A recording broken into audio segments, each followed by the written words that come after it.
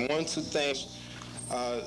thank the Center for Law and Social Justice and the Caribbean Research Center. Also, I want to thank those in SGA that participated in helping me.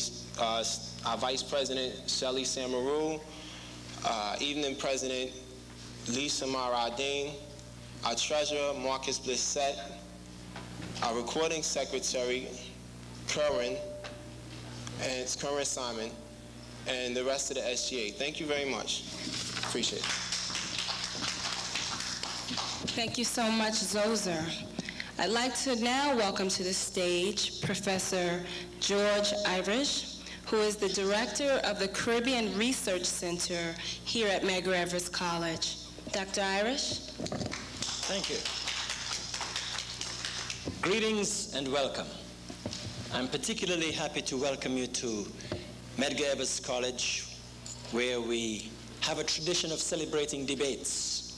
So the fact that we're hosting this debate this evening is nothing new to the college. But I'm even more excited about the fact that the Student Government Association is co-sponsoring this event, because I believe that the life of any college rests with the students. The life of our community rests in large measure with our young people. And when they get involved in sponsoring activities like this that have national implications, I, as a teacher, feel particularly proud. So my congratulations to the students and to the other co-sponsors of this event. And may we be treated to a really delightful and enlightening debate this evening. Thank you so much, Dr. Irish, for those encouraging words and opening remarks for tonight's program. Okay, we will be closing up our introductory remarks with an introduction from Esmeralda Simmons, who is the Executive Director of the Center for Law and Social Justice, and I might also add, she's also my boss.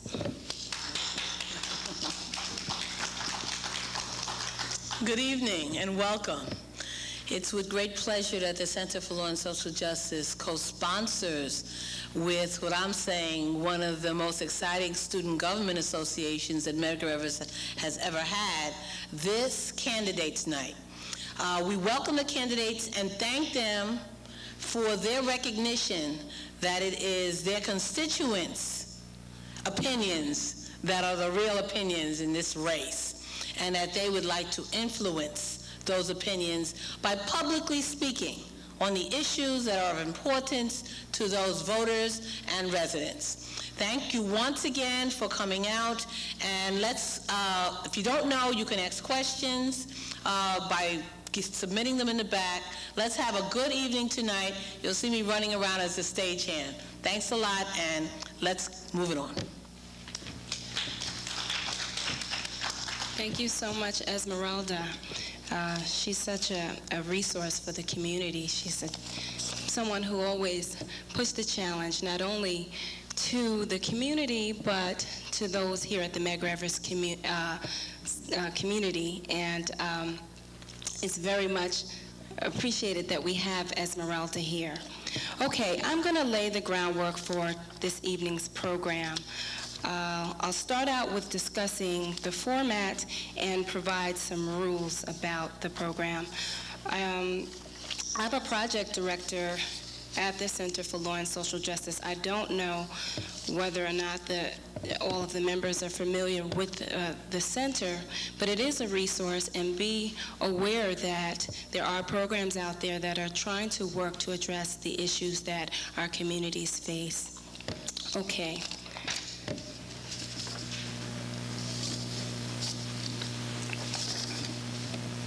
All right, I'm going to lay some very basic rules for the audience, which I think all of you should be quite familiar with, but I think it is good to state it outright, okay? Maintain quiet while the candidates are speaking out of respect for your neighbor. No yelling or heckling while the candidates are speaking. And if you have a question, write your question or comment down on a question card and submit it at the table in the back of the auditorium. And also, there is no food or drinks that are allowed in the auditorium. Okay. The rules for the candidates themselves throughout the debate. Each candidate will demonstrate respect for his or her opponent at all times. No vulgarity, name-calling, or use of slurs, of course, we all know this. Do not interrupt your opponent while he or she is speaking. This is a community forum, not a talk show. And stop. I repeat that, stop when your time is up. Show respect for the clock and the moderator. Okay, just keeping in mind that each candidate does have a very limited time to speak. Okay, so those are the ground rules for the debate this evening. As you know, we do have several hot races in the 43rd and 57th district. We have a lineup of candidates here who are very excited about talking with each of you to let you know what their plan is while they seek office to represent you. Okay, we're going to begin now with the candidate statements. Each candidate will be given 5 minutes to discuss their platform and plan for the community in the race. The candidate statements will be... Jose Michelle is here and asks if the minister was here that would like to do the invocation. She's here in the white. Okay. Excuse me.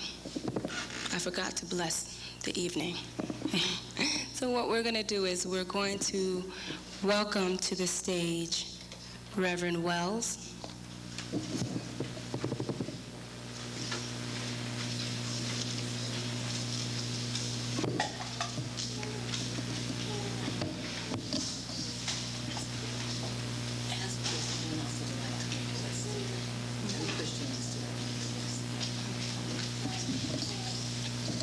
Is there anyone in the audience who would like to bless this evening?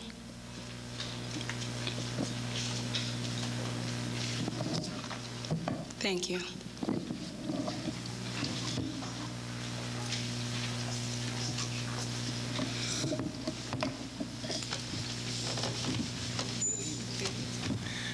Good evening. My name is Bill Foster, and I am on the faculty here at Medgar Evers College. And I'm happy to be at this very important occasion in our community. And so as we go forth this evening, let us all stand and have a word of prayer and meditation in the way you would like. Our tradition in many ways is African tradition, and we have a commonality, but we have different traditions together, but we are talking about one Creator. And so let us go to our Creator in prayer.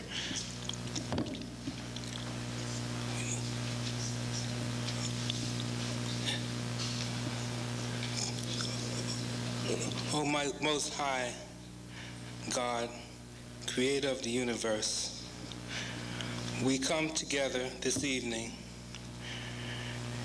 in our diversity, but our oneness, as we discuss the important matters that we must confront in this new millennium.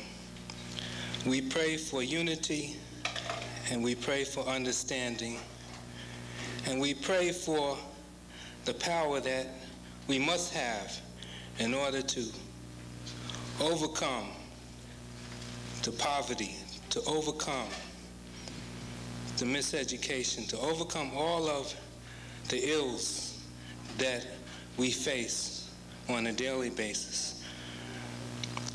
We pray for this forum to be not a divisive forum, but a unifying forum, that we might work together to have victory in the end. In your name we pray. Amen.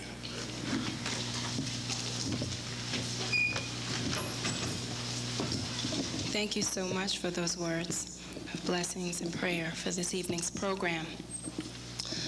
I'd also like to welcome to the stage a Yoruba priestess, Oseye Mchawi.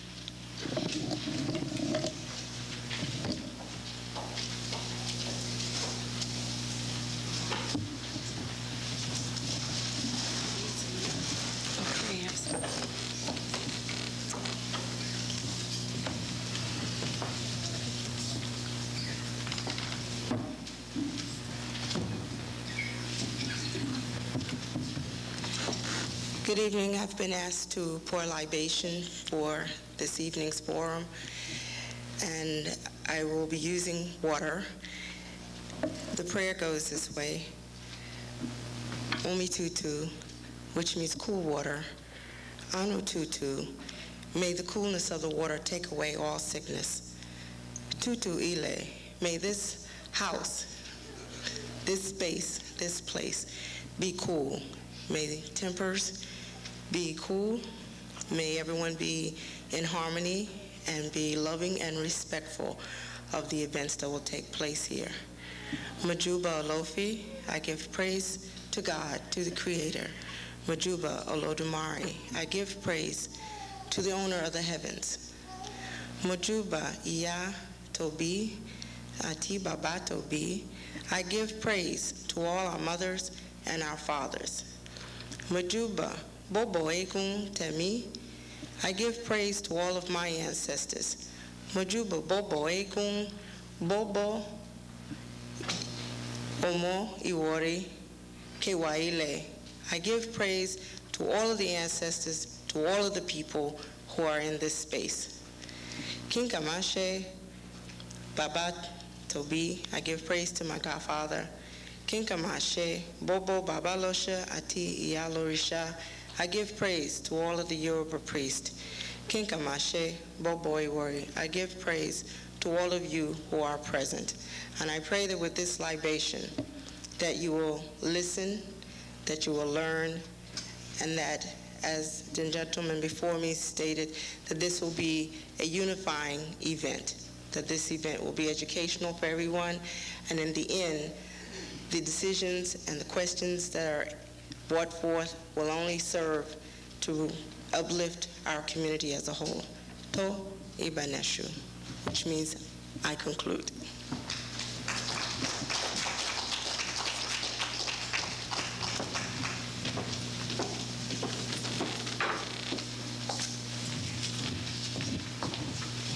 Thank you so much, sister, for those words of blessings. Okay, we will now begin with the district leader races. And we will hear from our first candidate, William H. Boone.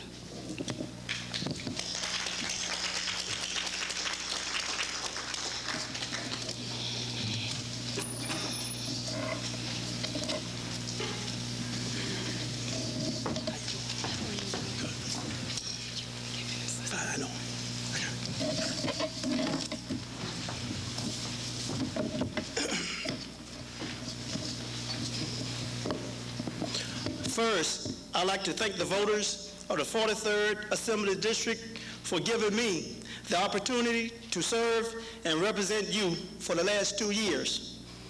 I am looking forward with great anticipation on September the 12th to continue to serve and represent the voters of the 43rd Assembly District. I am happy to have the opportunity to speak to you, the voters, here at Medgar Evers College of the City University of New York, which I am a proud graduate of, class of 1978. I have served on Community Planning Board number 9 for over 10 years, chairing the Education Committee, member of Local Development Corporation of Crown Heights, trustee, First Baptist Church of Crown Heights, and many, many more organizations. I have been involved for over 30 years in this community, the Crown Heights and East Flatbush community. The most joy I have received has been serving as the male district leader and state committee person for the last 2 years. Let me share with you, the voters, some of those moments of joy. Working with Assemblyman Clarence Norman Jr., Congressman Major Ara Owens, Shirley Patterson, Councilwoman Tracy Borling, State Senator Marty Markowitz, along with Ms. Forrester, President of the Tenant Association of Blendman Senior Citizen Complex, located at 728 East New York Avenue, to help with the serious problems the tenants was having with the elevators. Working with Assemblyman Clarence Norman Jr. and the president of this great institution, Dr. Edison O. Jackson, to secure funding for the Credit Center located at 854 Nostrand Avenue, helping our community to become computer literate. Working with Assemblyman Clarence Norman Jr., Dr. Jackson, and Mr. Jesse Hamilton III, Esquire, school board member, District 17, located in the 43rd Assembly District, helping to reduce gang violence and tension in our community by enrolling past and present gang members at Medgar Evers College. Participating in a forum with Dr. Leaks, the president of School Board 17, on gang violence at M2, located in the 43rd Assembly District. Working with Mr. William Thompson, president of the New York Board of Education, Ms. Carrington, president, PTA, PS 138, and Ms. Doreen Watts, PS 92, to secure funding for after-school programs for the children here in the 43rd Assembly District. Working with Assemblyman Clarence Norman Jr. and with Ms. Tish James, Esquire, Deputy Attorney General of the State of New York, sponsoring seminars to help our seniors regarding consumer protection. The question I asked from one of my opponents is to show you, the community, their involvement in this community, on a planning board, a community organization, etc. But yet, they want you, the voters, to reward them by voting for them. Something is wrong with that picture. Running for 2 positions. Something is wrong with that picture. I was asked to make a statement, and I know what I've said so far, one could conclude that I've did that. But in conclusion, this is my statement. Everybody ought to know Jesus, the lily of the valley, the bright and morning star, wheel in the middle of a wheel, Mary's baby. Talk to me, Thomas. On that day at Calvary, he said, if I be lifted from the earth, I will draw all men unto me. Somebody, I said somebody ought to help me lift Jesus.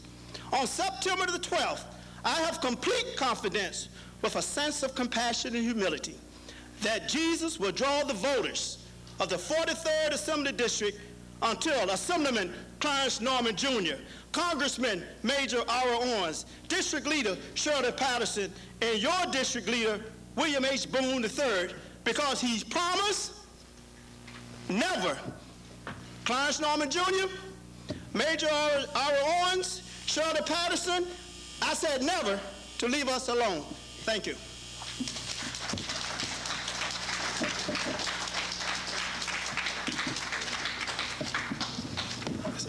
Thank you so much, Mr. Boones. I'd like to remind you once again that September 12th, which is the Democratic primary, we all know that that is the most important date to make it out to, and I encourage you to make sure you tell all of your people to go out and vote. I know every year when it comes to voting time, I call all of my people, my mother, my friends, my sisters, and I remind them, even if I just leave a message on the machine, to let them know, because oftentimes, you know, our people, we forget a lot of times, especially when it's the primary. So just make sure you get out there and come out and vote. That's September 12th. Okay, we will have our next candidate for district leader, male district leader. That's James Davis.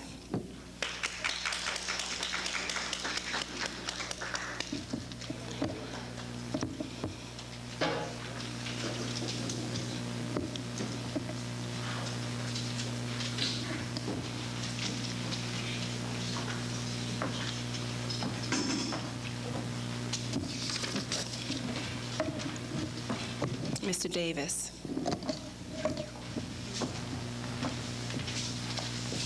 All right.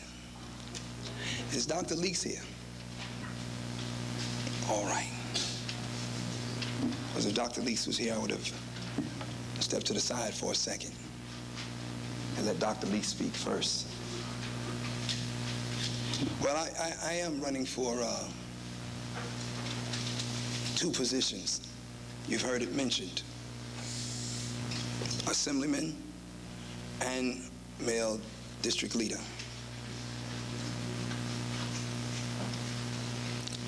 I believe that the system is corrupt. And I believe that one has to do his or her darndest to get into the system. When I became a police officer, approximately 12 years ago, when I tried to come in the front door, they closed the door on me. Lost my paperwork. Many other black cops, they said, you failed psychologically. So you couldn't get in the front door because of so many reasons. So I had to go through the police cadet corps. And then I went corrections. And I spent a couple of years in corrections at C-95 Rikers Island. And then I became a police officer, and I went transit cop, and I worked in District 32, right here on Franklin Avenue.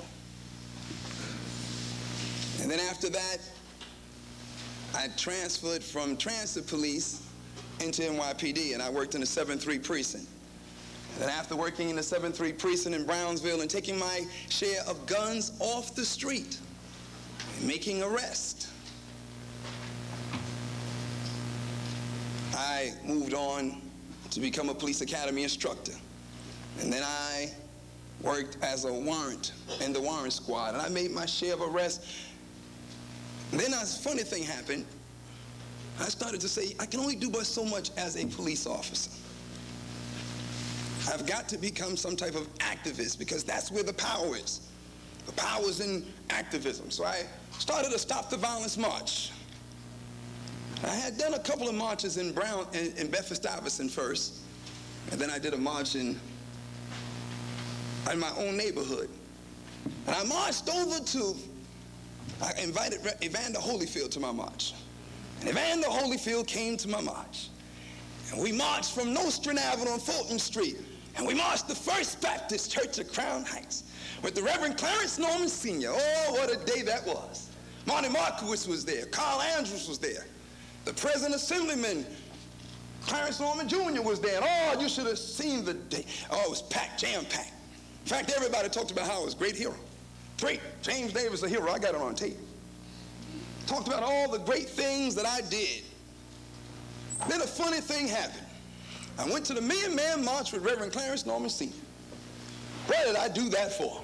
Talking on the Amtrak train, he began to talk to me about running for political office. What did I do that for? I said I'd run for office, got some signatures, didn't get many.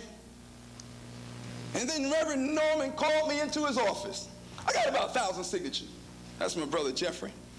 I got about 1,000 signatures, Jeff. Reverend Norman called me in the office and said, you can't run for office, son. He had my big Buffalo Soldier Award on the mantle that I gave to him. You can't run for office. I said, Reverend Norman, I just want to run for office. I'm trying to learn. I'm becoming a political junkie. I'm getting into this thing. He said, if you run for office, you can't come back to my church. Then I had to find a place to have my Stop the Violence march. St. Mark's Day School, looking for some place to have my march. I got tired of dealing with all the politicians, so I said I'm having my march right in front of my house. And that's where my march ends now, directly in front of my house.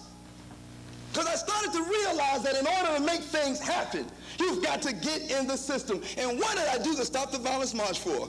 Lord, then mailings got sent out. He's got $1 million. Man, $1 million. I work for NYPD, the racist NYPD, who fired me for seeking political office. If I had $1 million, they would have locked me underneath the jail cell a long time ago. But this was released. All because I want to serve the community. All because I want to do the right thing. All because I live on Brooklyn Avenue, became a police officer, trying to give back. My job is to get in the system. District leader, assemblyman, get in the system and pull it down, break down, wreck it, destroy it, until righteous people are in politics.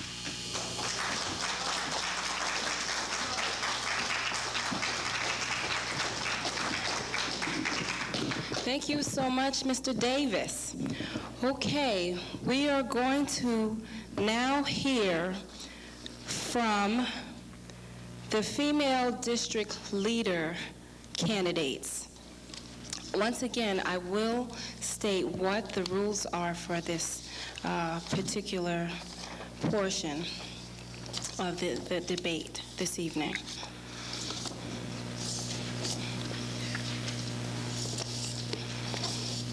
Okay. Each candidate will be given 5 minutes to give a statement on their platform and their plan for office. We will first hear from Shirley Patterson, who is running for female district leader in the 43rd District.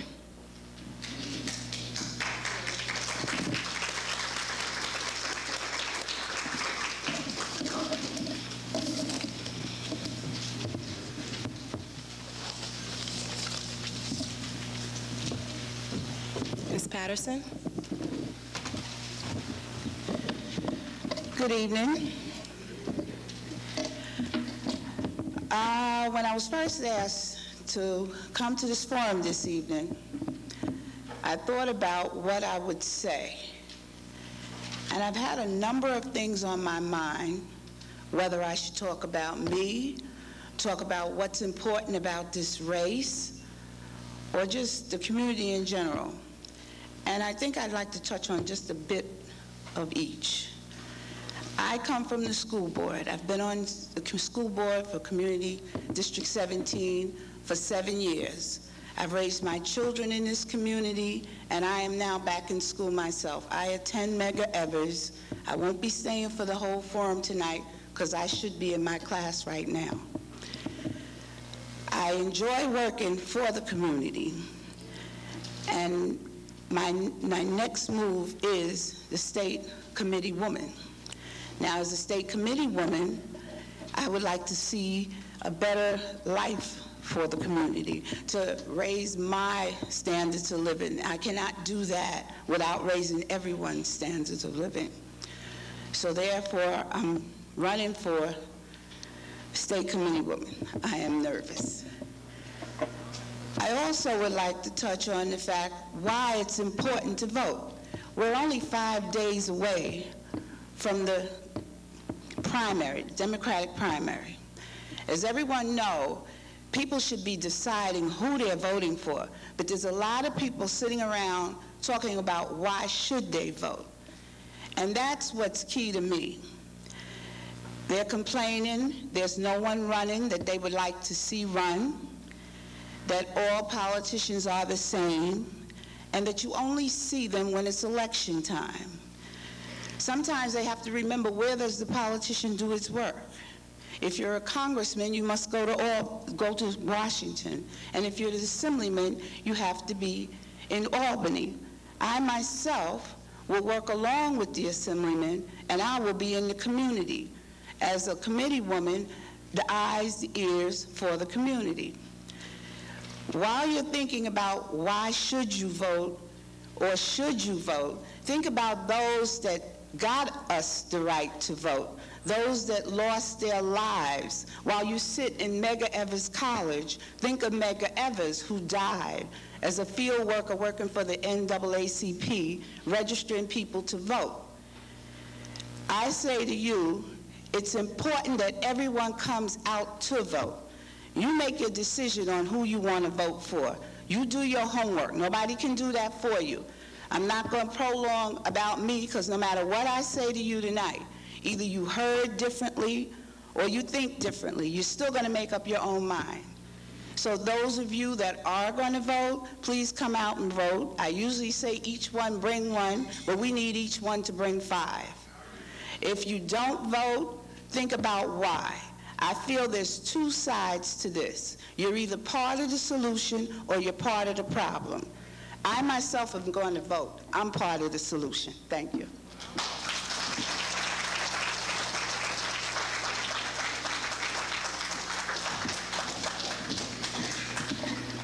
Thank you so much, Shirley Patterson. Okay, is Thelma Davis? Thelma Davis, is she here? No? Sylvester Leaks? Okay, looks like a few candidates haven't made it just yet. Okay, we will now hear from candidates from the 57th Assembly District race. We will begin with, okay, we're going to begin with Roger Green, Assemblyman Roger Green.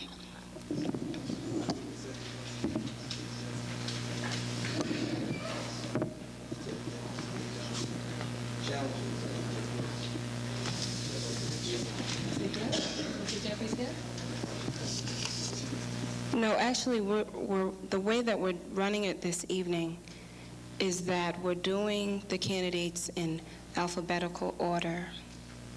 So we'd like it if you spoke first.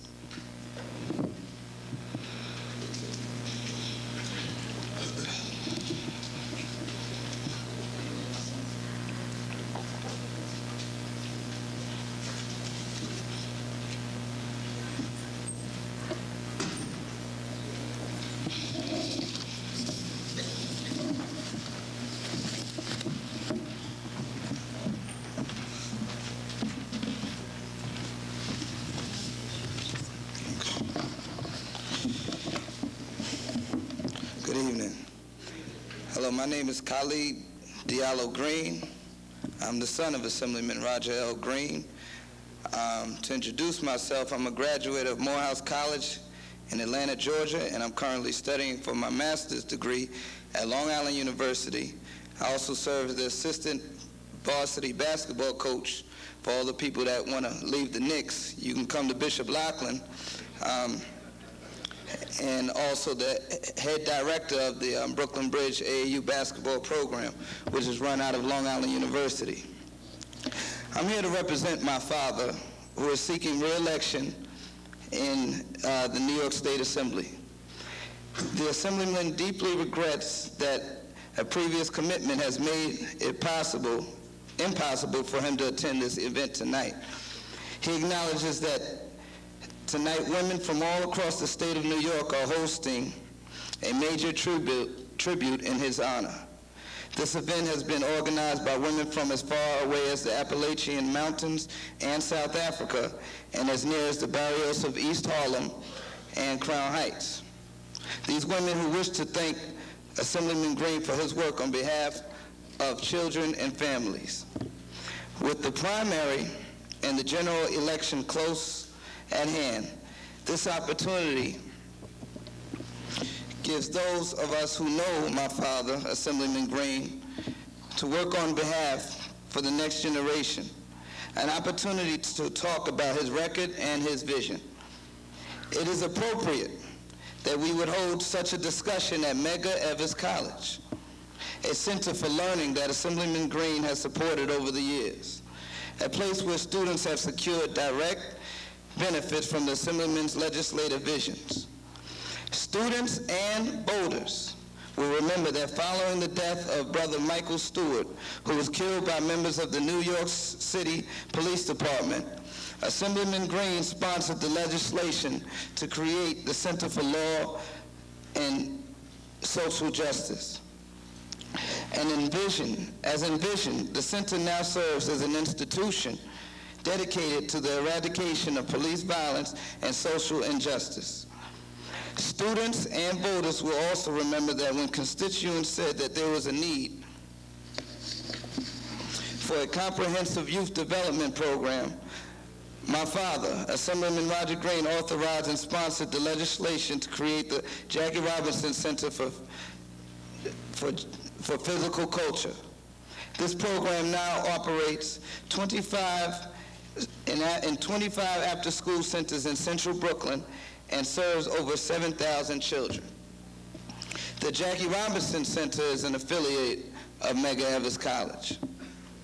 When we look around at this auditorium, we are reminded that the late great architect Harry Simmons designed this entire building.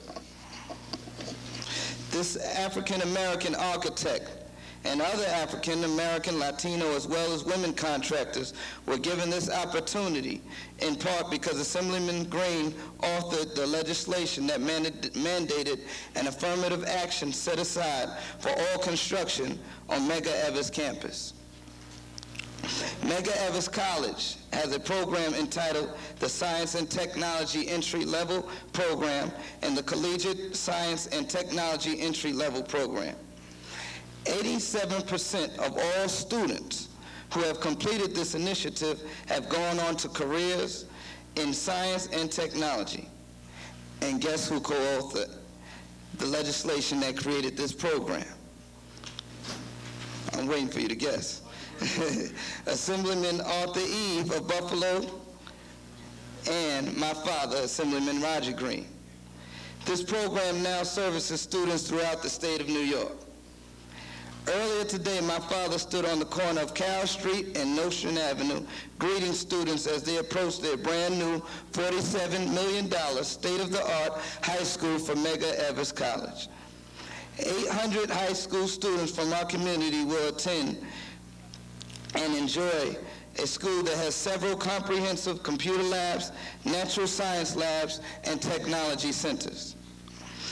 Few people know that this middle college high school can trace its legislative origins to a bill that was sponsored by Assemblyman Roger Green.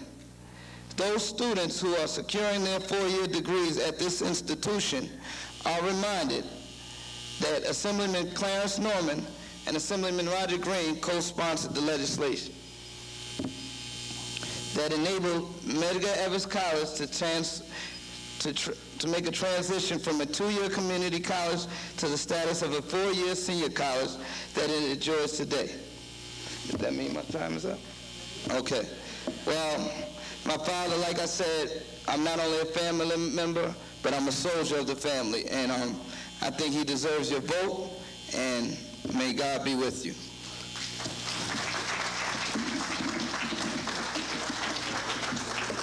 Thank you very much. On behalf of Roger Green, we will now hear from Hakeem Jeffries.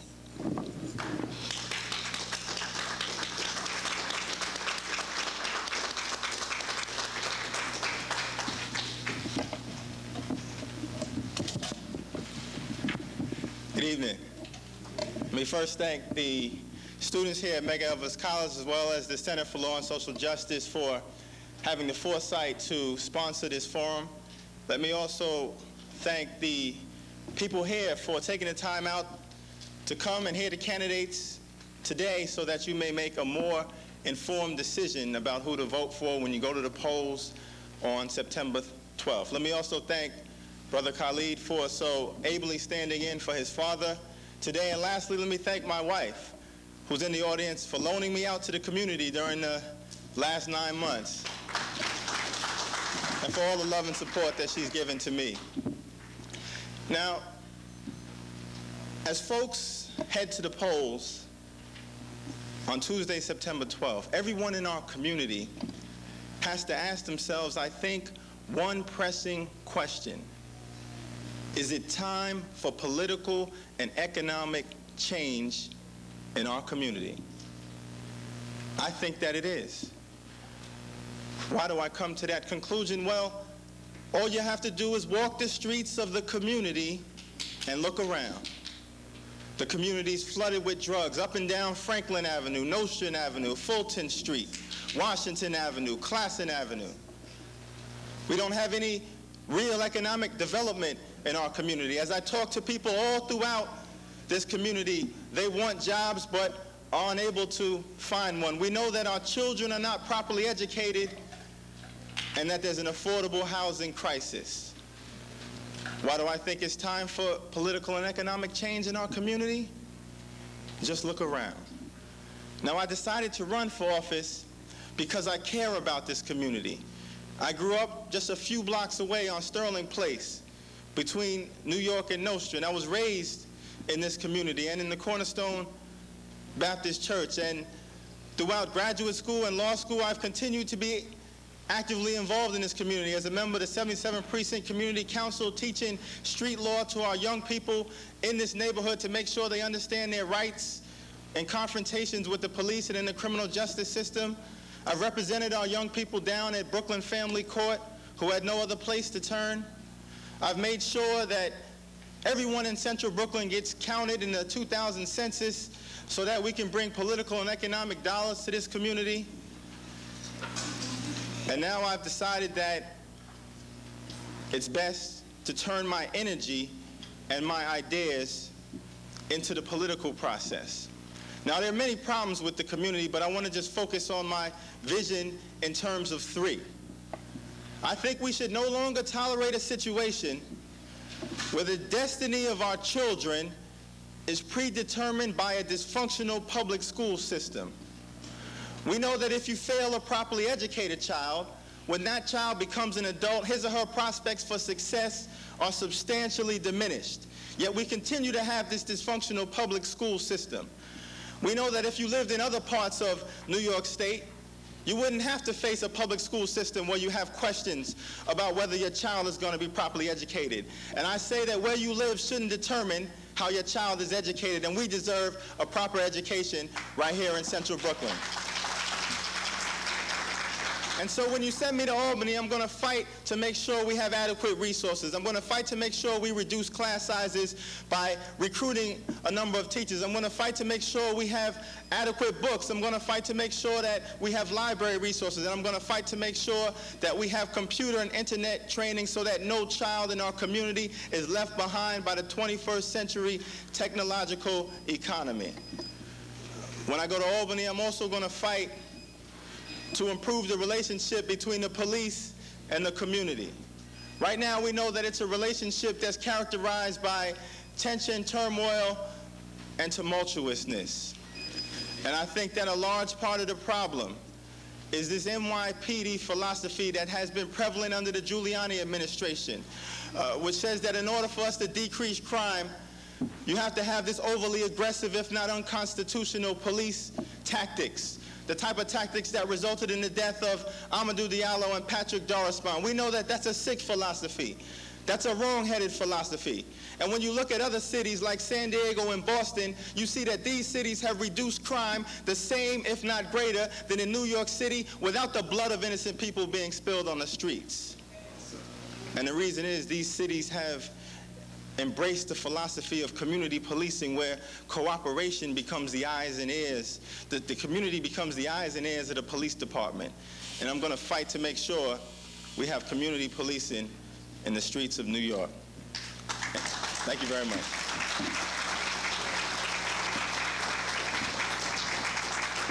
Thank you, Hakeem Jeffries. Okay, we will be changing the format of the program now. We're going to hear from candidates for the 43rd Assembly District race. And in this race, in this part of the debate, the candidates will be asked questions. Each candidate will be asked the same question and will be given 5 minutes to respond. The rival candidate will be given 3 minutes to rebut. So that's pretty much how the format will go for that portion. So without further ado, we will begin. We will ask James Davis to come to the stage. Actually, we need both candidates on the stage for this portion.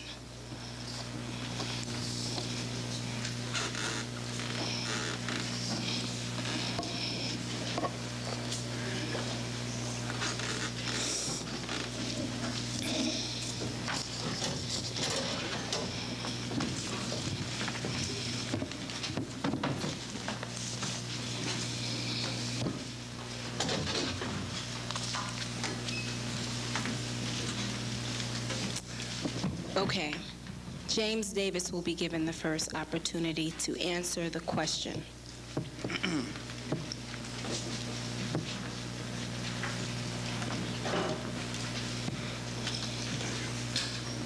I might add that these questions have been developed by the Student Government Association. Okay, Mr. Davis. The question is,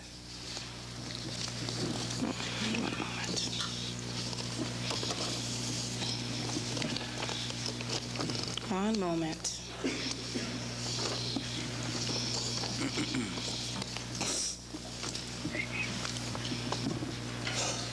Okay. The question is, the 43rd Assembly District has a population of ethnically diverse Black people, plus a minority population of Hasidic Jews. The question is, what is your record of activism and support to each of these ethnic and racial groups? All right, thank you very much. I think that when we talk about my Stop the Violence March, and let me make something clear, and as a police officer, I am a non-elected official. I've been out there as a citizen of this community, as a person who is from this community. And I've never worked in the 7-1 precinct because you cannot work in the precinct that you reside. But yet, I've been more vocal against police brutality than the elected official that I am going up against. I've been on the forefront, consistently marching with Reverend Sharpton and Howard Beach, Michael Griffin, Bensonhurst, Yusef Hawkins, Abner Louima, Brooklyn Bridge, across the Brooklyn Bridge. I've been on the forefront. We have gone forward in stopping the violence in the Black community. And because I happen to live on Brooklyn Avenue between Eastern Parkway and Union Street, my efforts have been to stop violence across the board. We didn't just say stop white on black crime. We didn't just say stop black on black crime. We said stop the violence. Violence that affects everyone. Stop the violence. When I responded as a police officer, I didn't just respond to white homes or Hispanic homes or Jewish homes. I responded to homes. When I put my life on the line every single day, and even speaking out against police brutality. Going to work not knowing whether or not I was going to be shot in the back by other cops for speaking out against police brutality, and not knowing whether the drug dealers that I marched against, because they were spread throughout my community, up and down Nostrand Avenue, and they knew where I lived, not knowing whether or not my family would be a victim of their attacks as well. So I've been in the forefront, not hidden someplace with an excuse that I'm up in Albany, but I've been on the street corner in the forefront, speaking out on behalf of all people of my community. Yes, sir.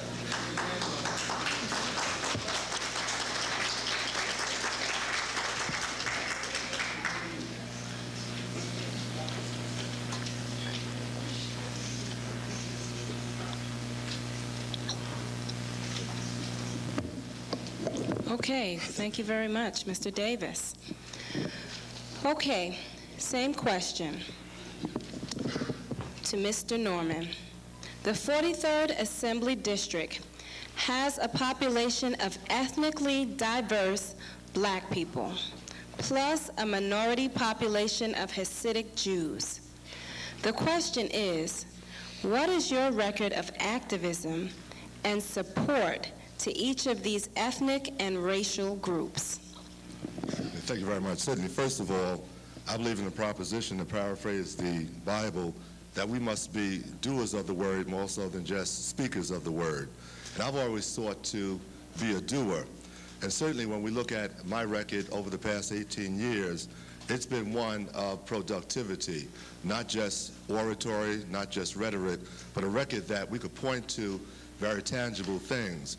Just standing here in Medgar Evers College certainly is a manifestation of leadership that we have helped to provide. The changing of the status of Medgar Evers College from a 2-year college to a 4-year college, senior college status, that was my legislation along with Assemblyman Roger Green. Not only that, each year we have provided millions of dollars in funding for this most esteemed institution. And just recently in the state budget, I put in language that allowed Medgar Evers College to draw down $6 million to move forward with planning and designing of a new campus at the tune of $100 million. As we know, under Dr. Jackson, this college's enrollment has more than doubled, so Medgar Evers needs more space. That's just one example. We can talk about PS 92, a new boiler, $1.5 million. We can talk about PS 91, the school was crumbling. We got involved, working with the parents, the Board of Ed, $9.5 million. The list certainly goes on and on. We can talk about our computer training program, trying to empower our people for the 21st century. Within the Orthodox community, we supported $1 million in funding for a $19 million Jewish Children's Museum. They are a part of my constituency, and I certainly support programs in the Jewish community as I do in the African American community. I seek to bring people together, and that's what leadership should be about. We can't seek to divide and exploit differences. We have to try to bring people together. It's so interesting to have heard that question posed to my opponent, and still to date I hear of no programs, nothing that he has done in the community, even to the point where he has not even served on a community board. At least you could be involved in the community and attend a community board meeting each month. I recall 2 years ago, he said I was anti-Semitic, sent out a letter with his signature on it, telling the Jewish community Clarence Norman is no friend of the Jews and is anti-Semitic. Yet this year, he sends a letter out attributing the words to Herbert Daughtry, Reverend Daughtry, a very esteemed and prominent minister in our community, saying Assemblyman Clarence Norman gives Jews special treatment over blacks in Crown Heights. You can't have it both ways. You can't be anti-Semitic in 1998 and then all of a sudden have some type of conversion and then be pro-Jewish in the year 2000. It was interesting that Reverend Daughtry saw that flyer. Moderator? And he sent a letter saying he was horrified to see his name in such a quotation and demanded a public apology from my opponent, James Davis. And I want to know tonight, is he going to make that public apology to Reverend Daughtry for this bogus representation of Reverend Daughtry's words? Thank you, Mr. Norman. This cannot be the type of leadership we have in the 43rd Assembly District. Thank you, Mr. Norman. Let's bring people together. Thank you. We will now give the candidates a chance to rebut, and we will continue with Mr. Norman, who will be given 3 minutes to rebut the statement that Mr. Davis made to the question. Well, I don't know what he said to rebut. He says he's a cop. He gets paid to be a cop, okay? But the thing is, we've asked him on numerous occasions when he talked about the drugs on the street. He sees all this drug dealing going on. We've been addressing it. We worked with Captain Marino at the 77th Precinct to have a special task force on Nostrand Avenue. We've worked with the District Attorney, Pat Gatlin's office, to get the District Attorney's office involved with the police department to deal with the issue of drugs. Yet my opponent, he said time and time again, I see all these drug dealers on the street dealing in their drugs, but yet he's the cop, he's the one with the gun. Why didn't he do his job? He needs to answer that question. But more importantly, my opponent sent out a mailing, which I saw today, and he raises the question to the voters. Ask yourself, in the past 20 years since the current assemblyman has been in office, which community has prospered the most? Question mark. Please pick one. A, Hasidic Jews. B, blacks, whites, and Latinos. D, all of the above. C, that was C, all of the above. D, none of the above. He goes on to say, James E. Davis believes the answer should be C, all of the above. He's saying that the Jewish community, the black community, the white community, the Latinos have all prospered during the 18 years I've been in the Assembly. Why are we here? Why is he running against me? Is this your piece? Your name is on it. So you should be supporting me. Moderator. Thank you, Mr. Here it is, right here. Thank you, Mr. Norman. Tell me. We will now give Mr. Davis a chance to rebut the statements made by Assemblyman Norman. I am so happy to be here because, you know, this is not about James E. Davis and Clarence Norman. This is about the neighborhood. This is not about how many people are in the audience here for James E. Davis. This is about the neighborhood. This is about how many people have died up and down Nostrand Avenue. This is about the graffiti that's throughout our community. This is about in Prospect Lefferts Gardens, up on Flatbush and Hawthorne. There's drug dealers that are there. This is about the people who have been shot and killed throughout our community. Just the other night on Albany, I believe it was Albany in East New York, a young man was on the phone and was shot dead.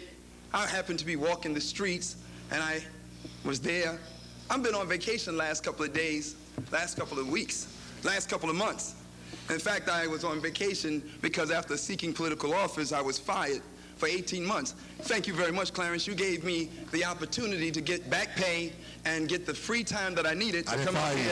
I didn't fire you, sir. To come out here and push press. That must have been your friend Giuliani. Now see? Now you see? You ran with him in 1987. Excuse me. Moderator. You had your opportunity to rebut. When the moderator told me to back off, I took a step back. But here we have the statesman person. Oh, he knows how to say sorry. Well, you haven't apologized to Gavin Cato and the Gavin Cato family yet for allowing the memory of Gavin Cato to be forgotten. Have you said sorry to the Gavin Cato family? Have you said sorry? And I'm only talking about memory. Now, here in the Jewish press, which endorsed Clarence Norman, again, just like they endorsed him last time I ran against him, and the Crown Heights Jewish Political Action Committee, which I see many members here, and we're not anti-Semitic, we just believe in telling the truth. And if the Jewish community is getting more than the black community, let's just tell the truth. If Nostrand Avenue looks different than Kingston Avenue, let's just tell the truth. If the Jewish community who's in the minority control the community board, Rabbi Jacob Goldstein, let's just tell the truth. Thank you, Mr. Davis. Thank you very did you much. see that? Listen. Thank you, Mr. Davis. Did you see Thank that? you very much for those comments. Did you see that? Did you see her just cut me off just now without even getting a chance to respond? Thank you, Mr. Davis. You've been given your 3 minutes to rebut. Do I get my couple of minutes when he jumped in on my time? Thank you very much for those comments. All right, let's have a round of applause for the Assembly candidates for the 43rd District, Mr. Clarence Norman and Mr. Davis. Let's have another round of applause. Thank you very much. As I said before, we have some very hot races going on here. Thank you. Okay, we will be moving on in the program, but I'd like to find out whether or not Thelma Davis or Sylvester Leaks, are they in the house? Okay, they're not in the house. So we will move on with perhaps the hottest race. I don't know if that's true or not, but that's what I heard. The 10th Congressional District race between Una Clark and Major, oh, is that 11th? The 11th District, my bad. Between Una Clark and Major Owens. But before we do that, I am going to state once again the House rules and the rules of the debate this evening. Okay, I'm going to go over some very basic rules that I think most of you should know. I'm going to say it again. These are some rules for the evening. Maintain quiet while the candidates are speaking out of respect for your neighbor. No yelling, heckling while the candidates are speaking. If you have a question or comment, Write it down on a question card and submit it to the table in the back of the auditorium. And there's no food or drink allowed in the auditorium.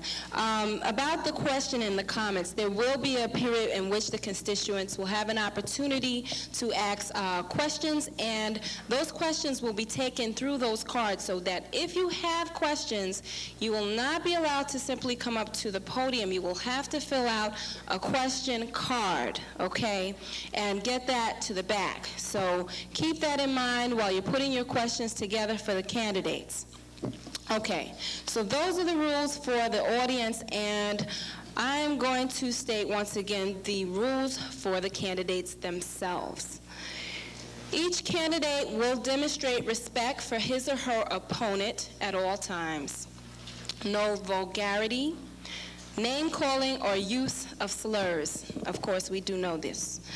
And do not interrupt your opponent while he or she is speaking. Stop when the time is up. Show respect for the clock and for the moderator. All right. Without further ado, let's get started. We will have the two candidates for the 11th Congressional District come up to the stage. The first person I didn't state the rules of how that will go. There will be two questions. Two questions will be posed to the candidates. Each candidate will be given 10 minutes to respond. And they'll have 10 minutes to respond to the first question. And they will have 7 minutes to respond to the second question, in which, in that period, when they answer the second question, if they want to rebut, they can use that time for that. Okay.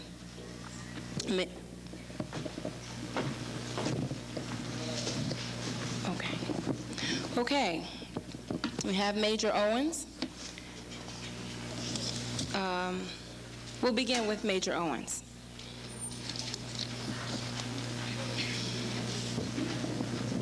Question 1.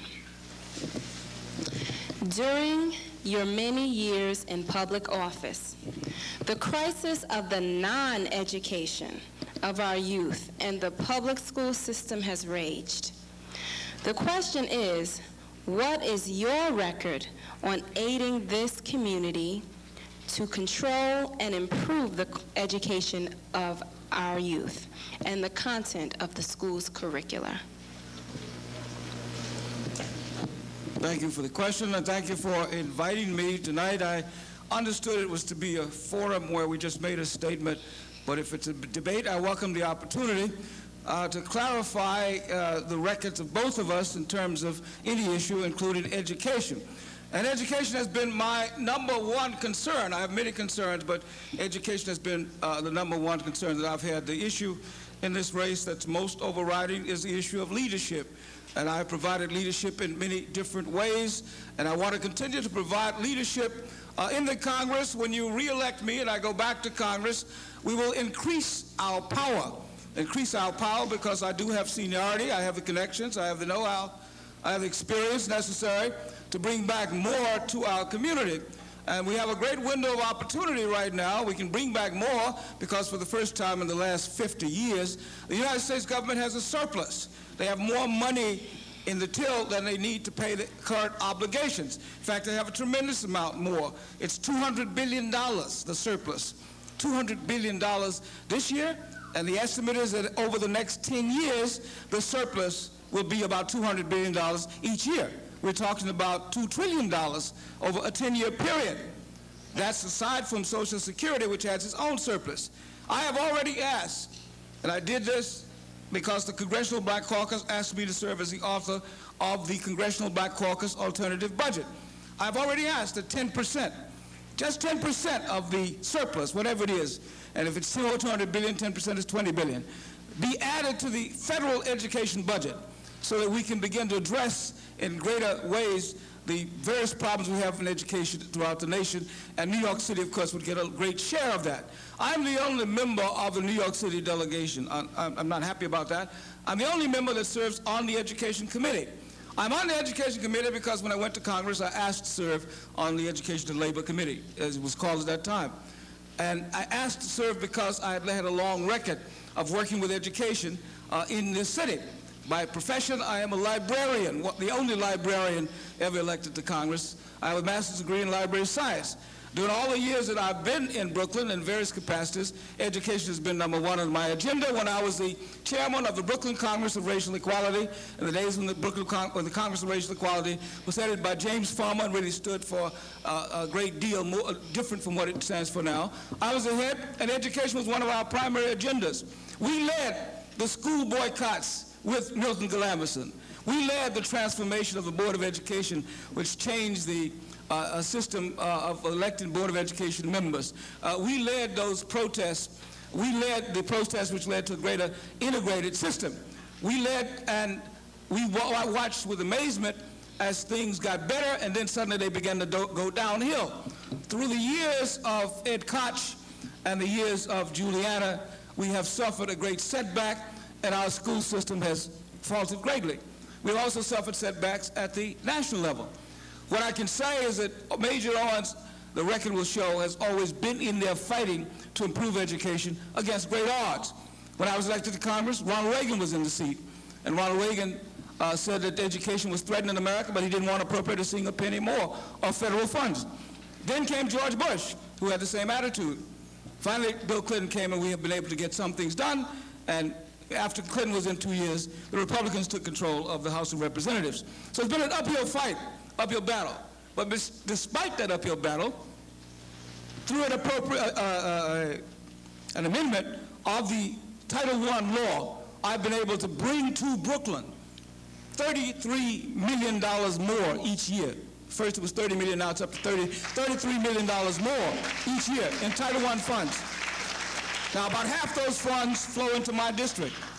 In addition to bringing more Title I funds, $33 million more, and by the way, that's every year, and it'll go on indefinitely as long as there's a Title I program. By changing the formula, the way it's administered, I got that done. There are many other grants for innovative programs, for teacher training, for safe and drug-free schools, and we've gotten a higher percentage of grants, competitive grants, you have to compete for them, since I became congressman than we had before. We have a situation now with respect to computers and the wiring of the schools, where after working hard with numerous volunteers in the community to wire our own schools, on Saturdays we participated in the volunteer education wiring of schools program, and we wired 22 schools. Because of my support for something called the E-rate. Put that down. You ought to get to know more about the E-rate. Because of the E-rate, we no longer have to voluntarily wire our schools on Saturday.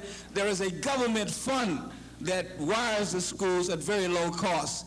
And in addition to wiring the schools for the internet, it provides a subsidy for ongoing telecommunications costs. And in our district, that subsidy is mostly 90%, because it's based on the number of number of children in the school who qualify for free lunches. If you have a large percentage, you can get up to a 90% discount, which means on the telephone bill and the America Online bill and any bill they have related to telecommunications, the schools in my district now only have to pay 10 cents on every dollar's worth of service that they get. And that goes for the Brooklyn Public Library. The Brooklyn Public Library has an 85% E-rate. They only have to pay 15 cents on every dollar's worth of service they get. The record will show that I was in the forefront of fighting to get the implementation of the E-rate. As the record will show that in the Congress, I am known as the education congressman, the loudest voice, the most consistent voice, because I go on the floor every chance I get. Some people say, well, why is Major Owens on the floor after the session speaking to an empty room? It's an empty room, but there are 2 million people out there watching C-SPAN. And C-SPAN is the way I change public opinion about what goes on in the Congress. Because of my leadership, we were able to stop the Republicans from abolishing the Department of Education. They had the power to do it. They couldn't do it because we went to the public and we got public opinion against them. We were able to stop them from cutting free lunches. We were able to stop them from cutting Head Start. In fact, they had a $5 billion total cut in 1995. When the president refused to pass it, they shut down the government. I don't know whether your memory is that fresh. They shut down the government. We still refused. Next year, because public opinion had been changed as a result of the messages that I led on the floor, they backed down 100% and did a 360-degree turn. Instead of a $5 million cut, we got a $5 billion cut, I'm sorry. We got a $4 billion increase in education because they wanted to go out and run as the education party.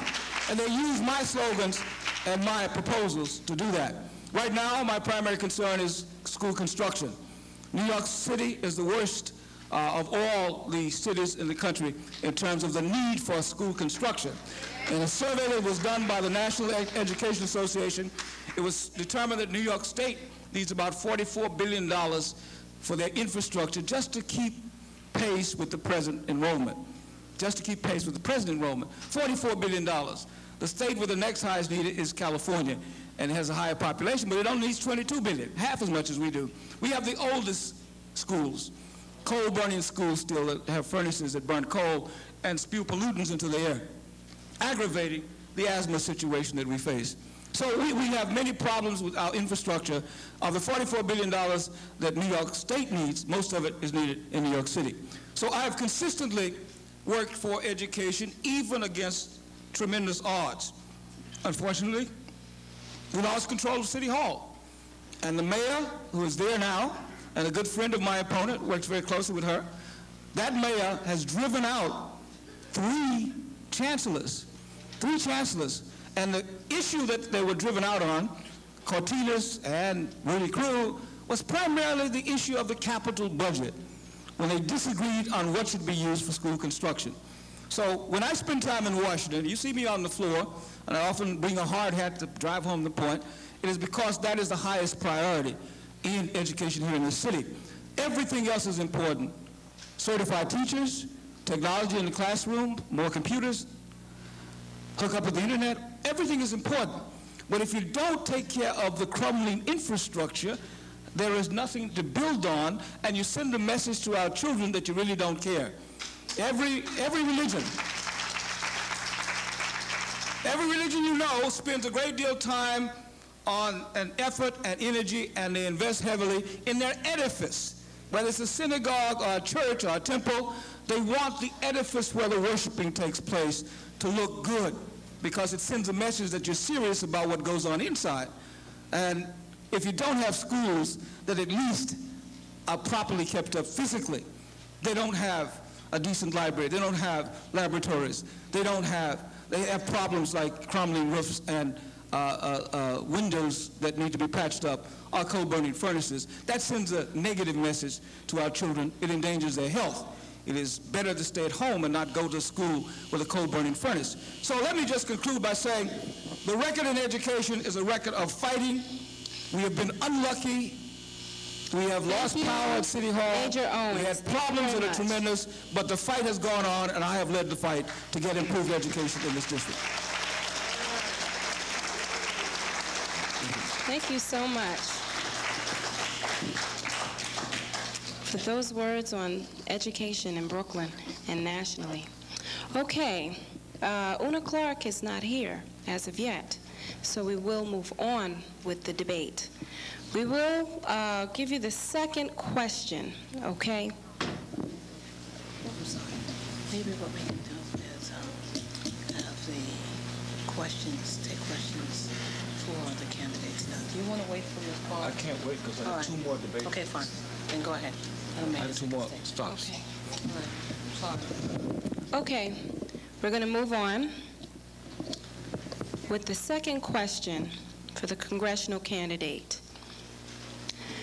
In less than 2 years from today, New York City will face redistricting of its congressional lines. One of the main criteria for drawing districts in central Brooklyn will be whether the ethnically diverse black populations constitute a community of interest in regard to voting that can justify 2 black seats. I'm going to ask that question again because I know it's a long question and it's somewhat complex, so I'm going to pose it one more time. The question is, in less than 2 years from today, New York City will face redistricting of its congressional lines. One of the main criteria for drawing district lines in central Brooklyn will be whether the ethnically diverse black populations constitute a community of interest in regard to voting. That can justify maintaining 2 black seats. The question is, if you are defeated in this primary election, will you actively support your current opponent and attempt to unify the black community for the general election in November for the sake of the community's future voting power?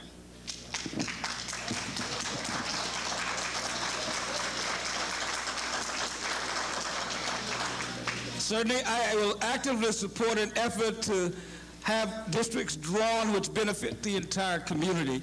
The record will show I did it the last time, and I shall do it again. We have a situation where the lines will be drawn probably in this case by a charter commission of the city. The city had a charter commission for the revision of the lines before.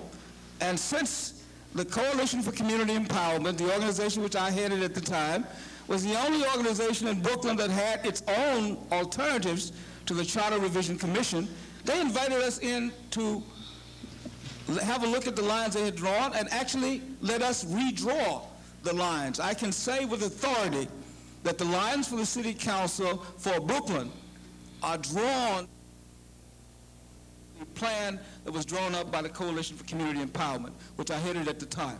And one of the things we wanted to create was a district where the possibility of the election of a person of Caribbean descent would be great.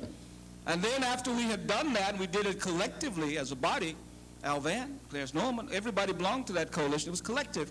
Some people disagreed with me that it ought to be, the preference should be given to a Caribbean candidate. Una Clark happened to be the person that I sponsored and felt, for various reasons, was qualified for the office. And there was a disagreement. Not a schism or split that we never were able to heal again, but a disagreement. I supported Una Clark, and I fought to help her get elected.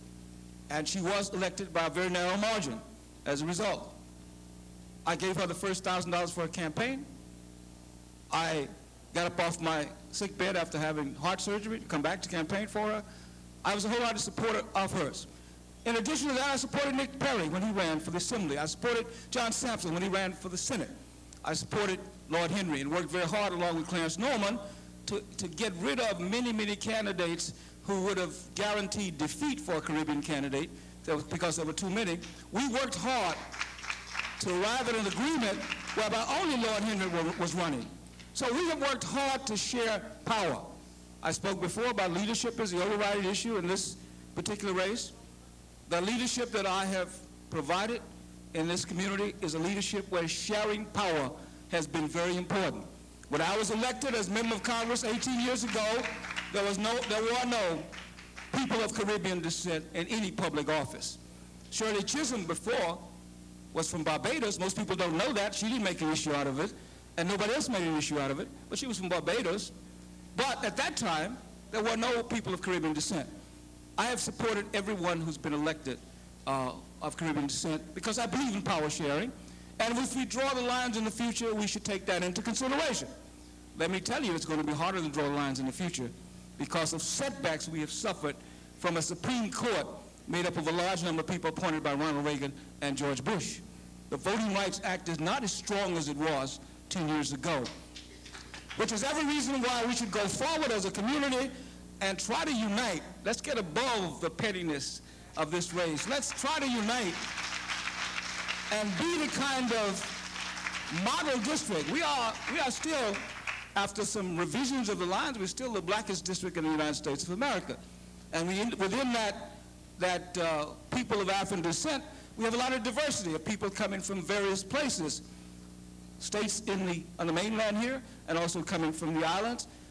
Some people directly from Africa. Within that community of people of African descent, there are many diversities. We're proud of the cultural diversities, but we don't have to have political disharmony, political disunity, because we appreciate the cultural diversity. We should go forward and unite. On the Parkway, on the day we have Carnival, everybody is out there enjoying it. Everybody pitches in, and that's where it should be, in appreciation of culture.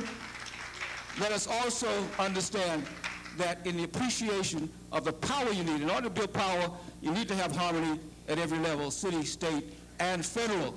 And those who bring disharmony hurt the entire community. We have a window of opportunity now.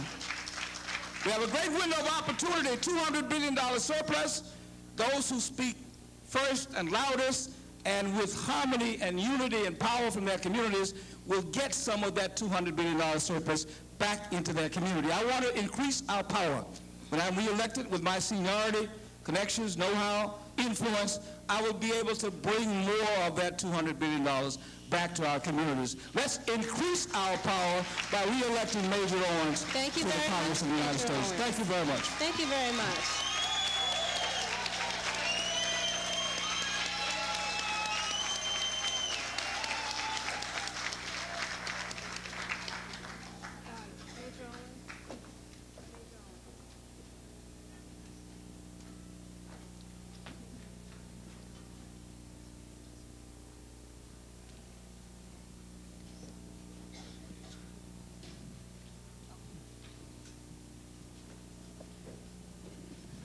Okay, thank you so much, Major Owens.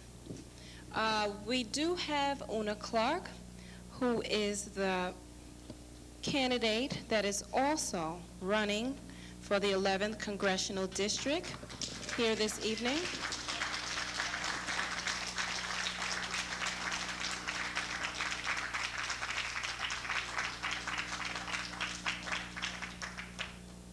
Okay, I will pose the same two questions that we posed to Major Owens to Una Clark.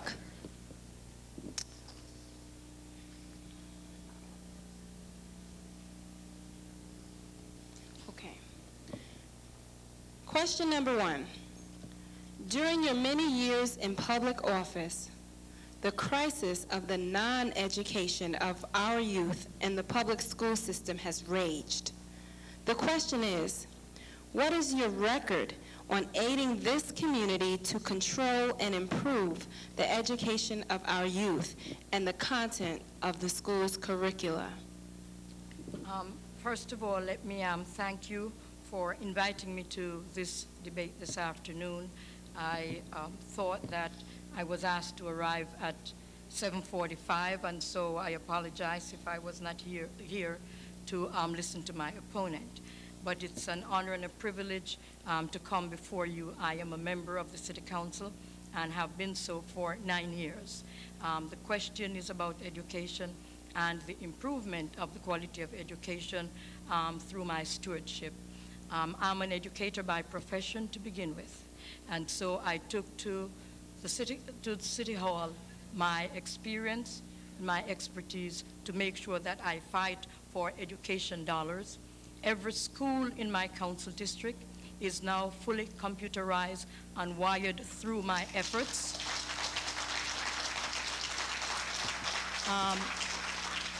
The SIR schools in my district, I had final and often discussion with the chancellor and the superintendent to make sure that there is a timetable for the improvement of the quality of education in those schools. I have given additional resources to those schools, including library, books, and whatever the principal has asked for to make sure that those schools in a quick time will be off those SIR lists because they've been on review for too long. Certainly, the curriculum in the schools, because I am a curriculum person, have always had an input with the principals to make sure that the content and the quality of the curriculum is appropriate to the children.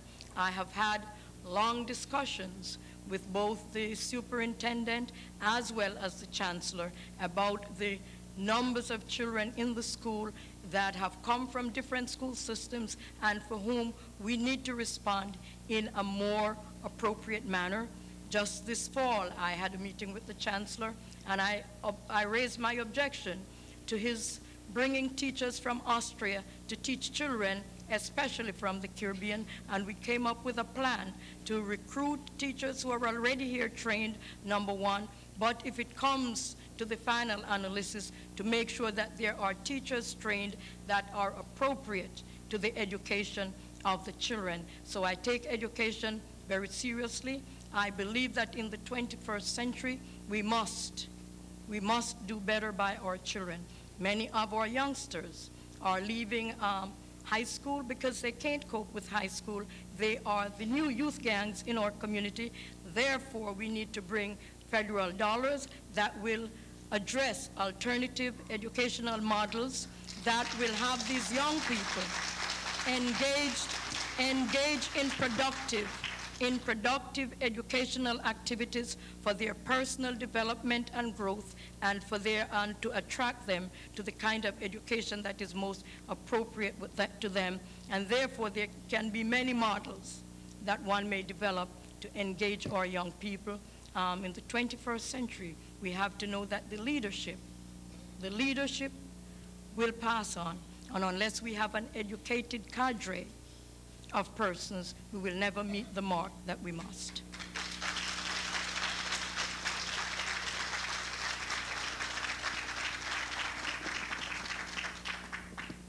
I apologize. I did not state to Ms. Clark the rules of the debate. You actually do have 10 minutes to answer that question. So if you have any further remarks that you'd like to make regarding education in the public schools, you can do so. You still have more time. Okay, then let me just add that the City Council has added millions of dollars for school construction, for renovation, for replacement of coal burning fuel furnaces in the schools. We have further added lots of dollars to make sure that every school that was inappropriate, there were many schools without books, that outdated books, and we have made sure that every school have adequate learning materials in them, teachers training. We have put additional dollars for in-service training of teachers, and this year, for the first time, we added millions of dollars for principals, because we recognize that you cannot supervise principals and teachers unless everybody is educated and are on the same page to make sure that the curriculum and the understanding goes backwards and forwards, and that supervisors are able to supervise, teachers are able to teach. We have put millions of dollars for the reduction of class size. We've capped early childhood class size, and it is unfortunate that in a community such as ours, there is just no space to build new schools, and so we continue to struggle. We continue to struggle with the issue of class size and the capping of class size, and we must continue to work. However, I feel that in bringing in federal dollars to address many of these needs, that they will be met, and I will be a tireless fighter. I will be a tireless advocate for the education of our children, and to make sure that they are educated in an appropriate environment and that they keep up with the 21st century learning and technology.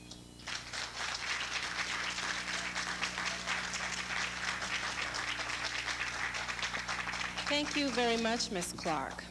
Before we move on to the second question, I just want to remind the audience that if you have any questions for the candidates this evening, please put them on a card, an index card. Actually, we have a form for that, and you must take it to the back of the auditorium.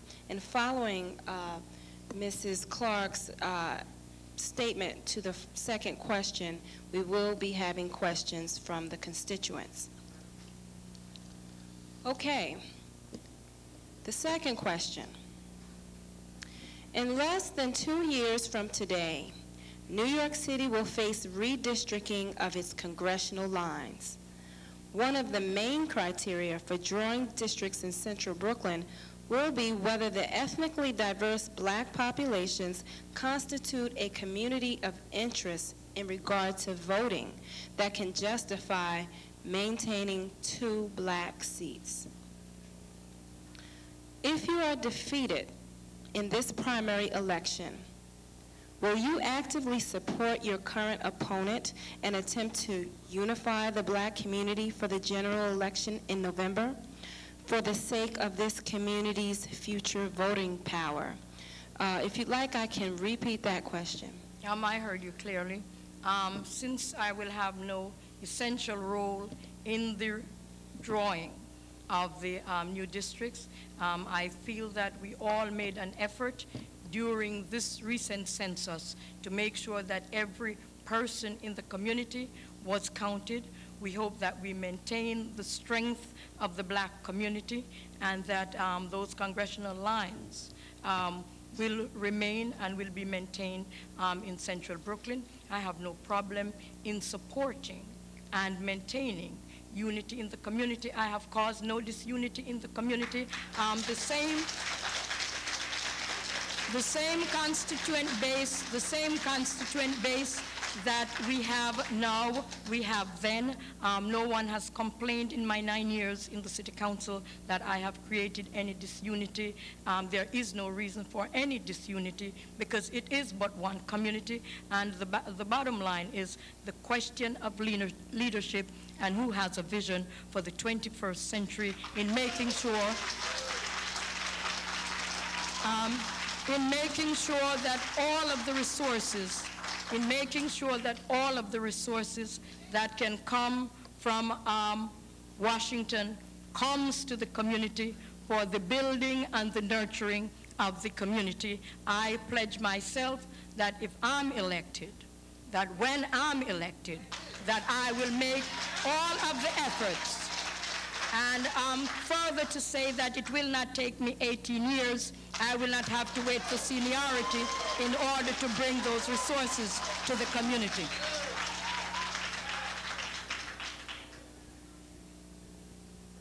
Okay. Thank you very much. Thank you very much.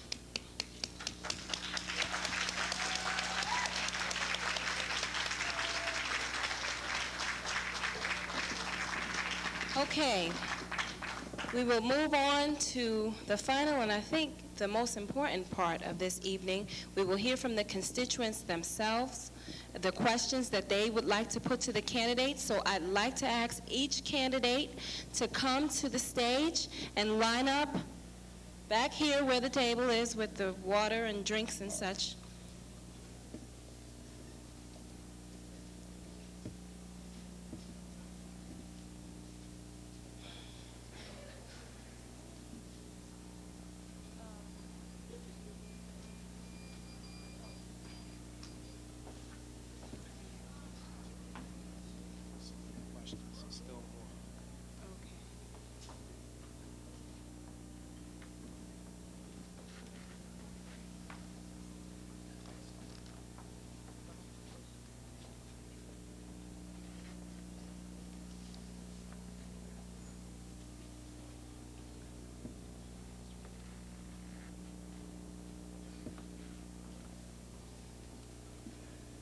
Okay, do I have all of the candidates?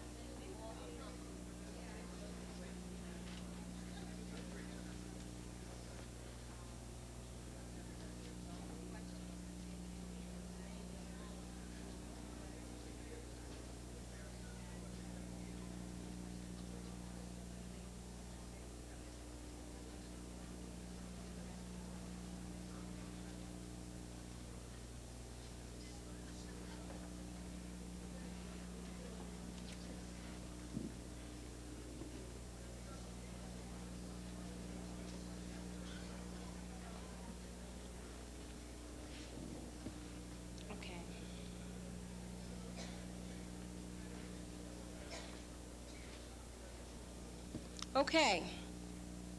Question. This is a question for Major Owens or Una Clark, and Major Owens had to leave. He had another engagement, so he will not. Is He's not here. Okay. So, Una Clark. The question is, this is the question: what are your views on school vouchers and the current proposals to privatize failing schools?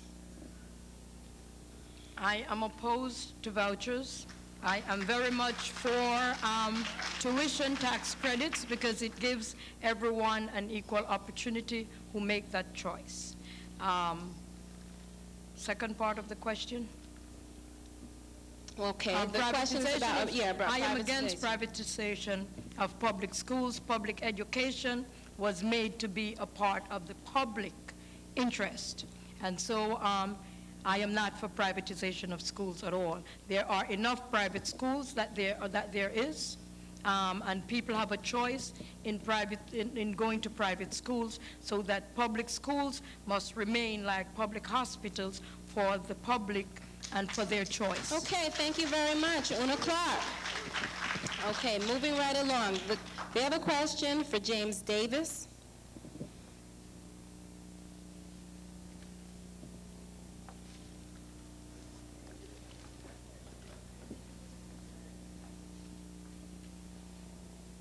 The question is, what have you done for the 43rd Assembly District?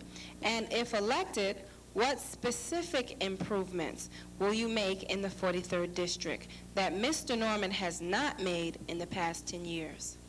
I think it's very interesting that as a non-elected official, that I have been on the forefront against police brutality. And let me make it clear, no one individual police officer can stop police brutality. No one individual police officer can clean up all the drug dealers in our community. It takes political pressure. The police department responds to political pressure. And unfortunately, we have to depend on Reverend Al Sharpton and not Assemblyman Clarence Norman. We have to depend on Reverend Al Sharpton and not an elected official who has been there 18 years.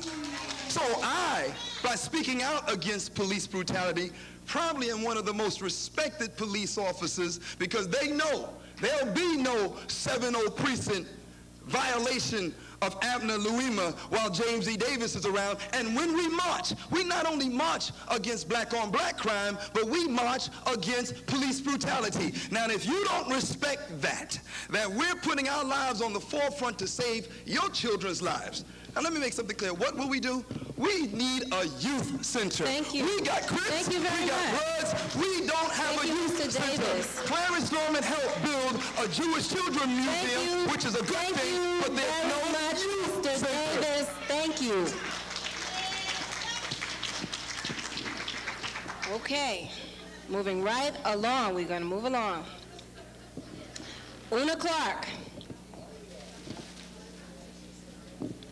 The question is, why have you not followed up on the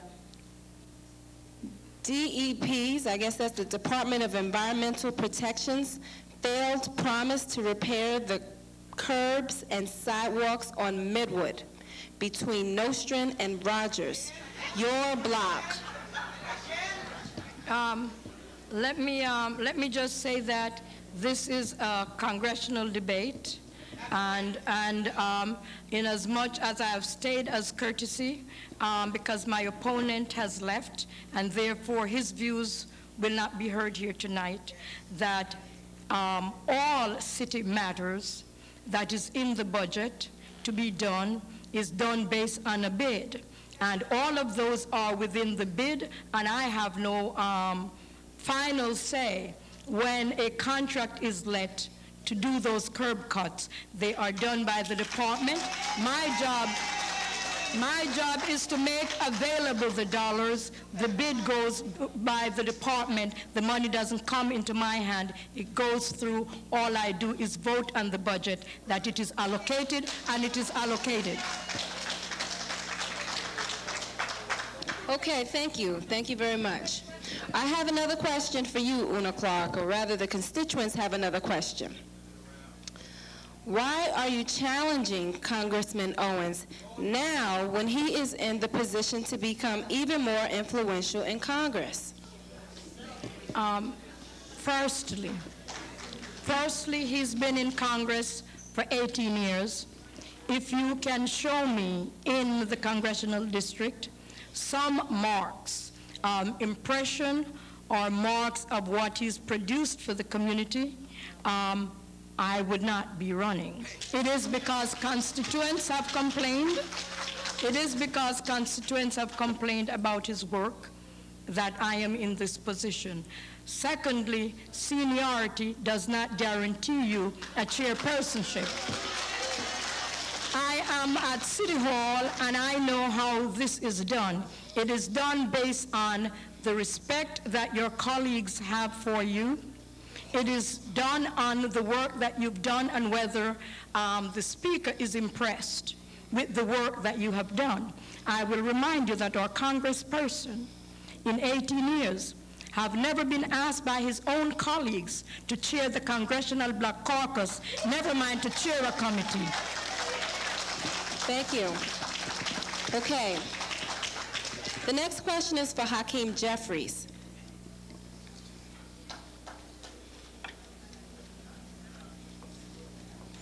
Assemblyman Green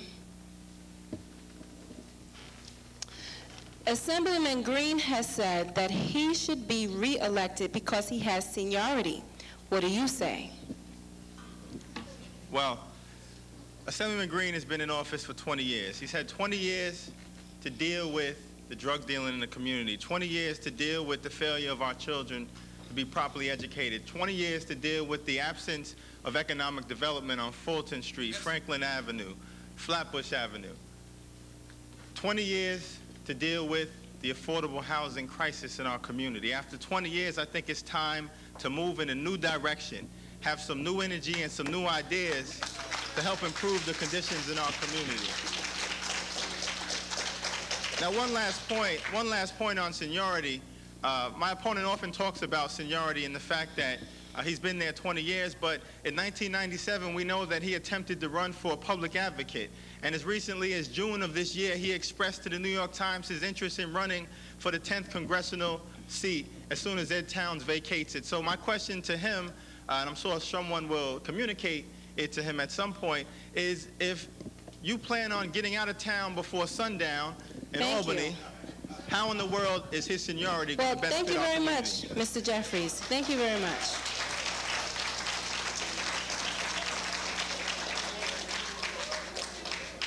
The next question is posed to Clarence Norman.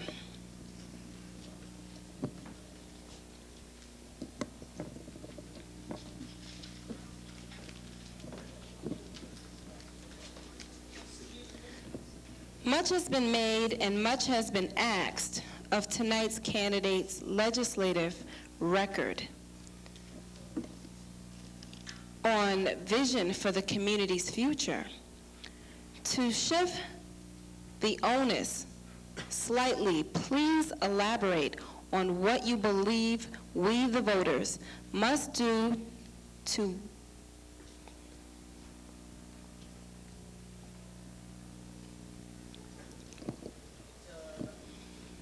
Okay, I'm gonna read it again.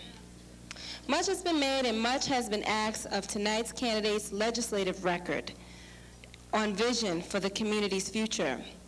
To shift the onus slightly, please elaborate on what you believe we, the voters, must do to more fully determine our future. Well, I think the first and perhaps most profound thing people need to do is, first of all, be involved in the community.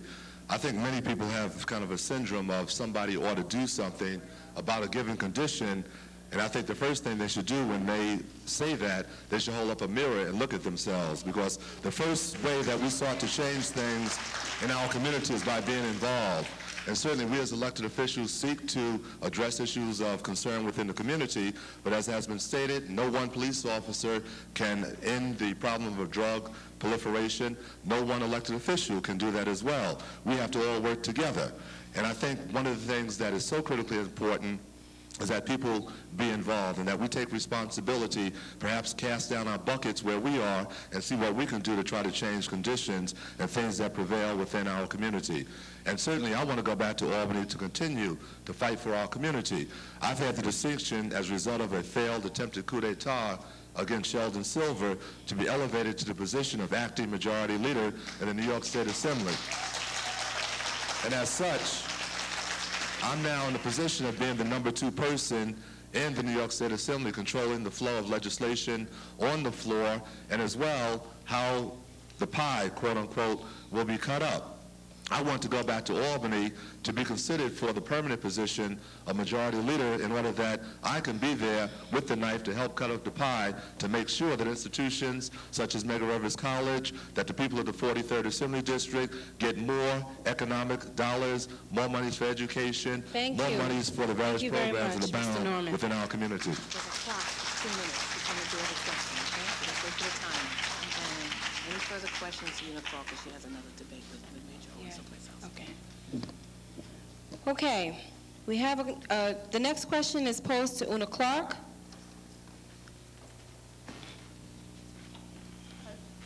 And just before you pose the question, just so for the audience, I have a second debate with the congressman and would hate to be not there when he makes his opening and closing statement because I don't want the perception that I don't want to be there when he's there or to confront anything that he said. So if you'll ask my question and then allow me to go, I'd like to ask the audience for the excuse the same way he asked for an excuse so I may meet the second obligation.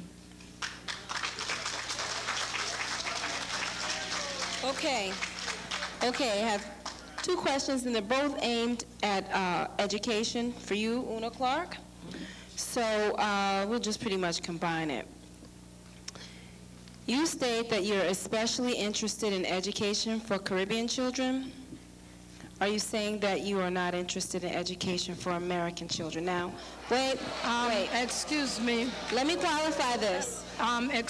Excuse me, even before you ask that question, I have never, ever said that I am only interested in education of Caribbean students. Okay. So whoever has made that remark or whoever sent you that statement is again ethnic baiting and want to drive a wedge.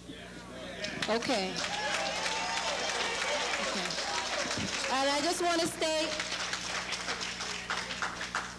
the question came from the audience, okay? So it wasn't from the audience. That's what I want to state. Okay, moving right along.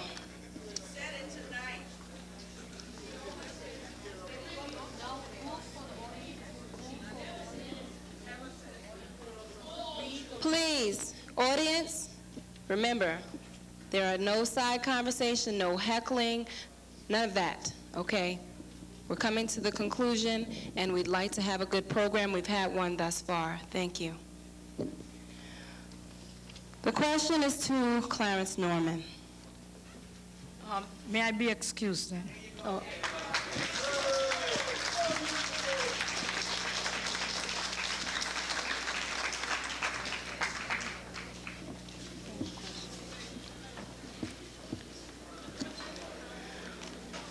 The question is, what are you doing to ensure that a new generation of youth, wait a minute, excuse me, I'd like to ask the audience to at least not be rude, and if you leave, please leave quietly, no conversations. The debate in the forum is not over.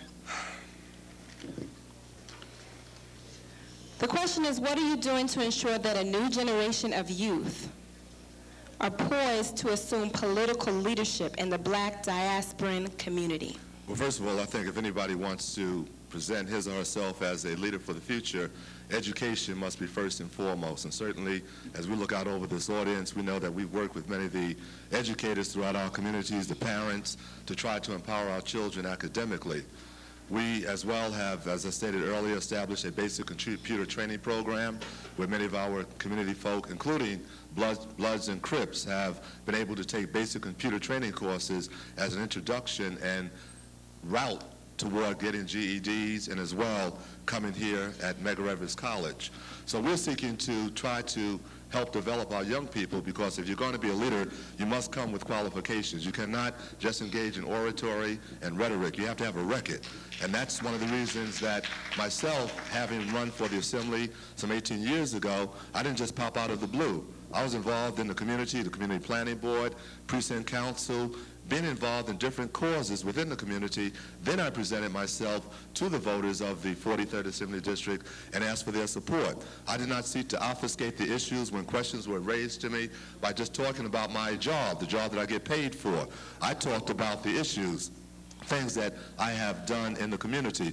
I always say the best way to determine what a person is going to do for you is to look and see what that person has already done. And I just ask the people who are gathered here today, just take my literature and look at what I've done in the community and do a juxtaposition with my literature. Sit at your kitchen table. Put my literature next to that of my opponents. And I think the answer is clear as to whom should be the assemblyman in the 43rd Assembly District. I think it speaks for itself. We don't talk about what we propose to do. We talk about what we've done. Thank you, Assemblyman Norman.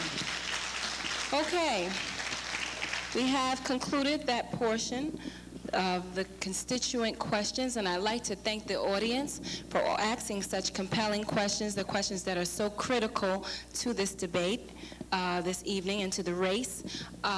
So I'd like to have the audience give yourselves an applause for this night.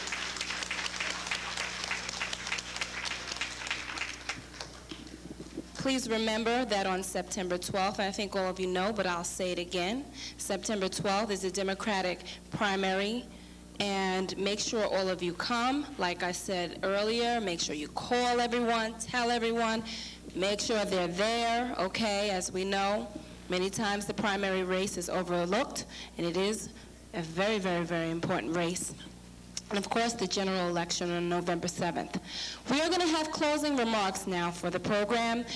And Zoser Hui Brinkley, who is the president of the Student Government Association, he and the other members of the student government body are responsible for this night's program. And I might add, which Zoser didn't say, which I thought that he would, that this is going to be a model, tonight's program. The program you see here at Medgar hopefully will be a model for other CUNY schools. Other CUNY schools have not had the candidates forum, and we hope that tonight's program will serve as that model. We're so happy to have Medgar be a forerunner for these types of exciting events that mean so much to our children and families. Zoser Brinkley. Thank you very much. I want to thank the candidates for participating in the program today. I also want to thank the representatives who represented Roger Green. In particular, I want to thank 4 students who really helped me out. The names are Sean McDonald from Student Government, Georgia Still, our freshman class president, Shelly Samaru, our day vice president, and Charles Solomon, our media person, who's probably up there videotaping this event now. And also Mac from BLMI, he's our timer, Dawsonville. Thanks, appreciate it. Good evening, everyone, and I hope that you enjoyed the program. And please don't forget to vote, September 12th. Thank you very much.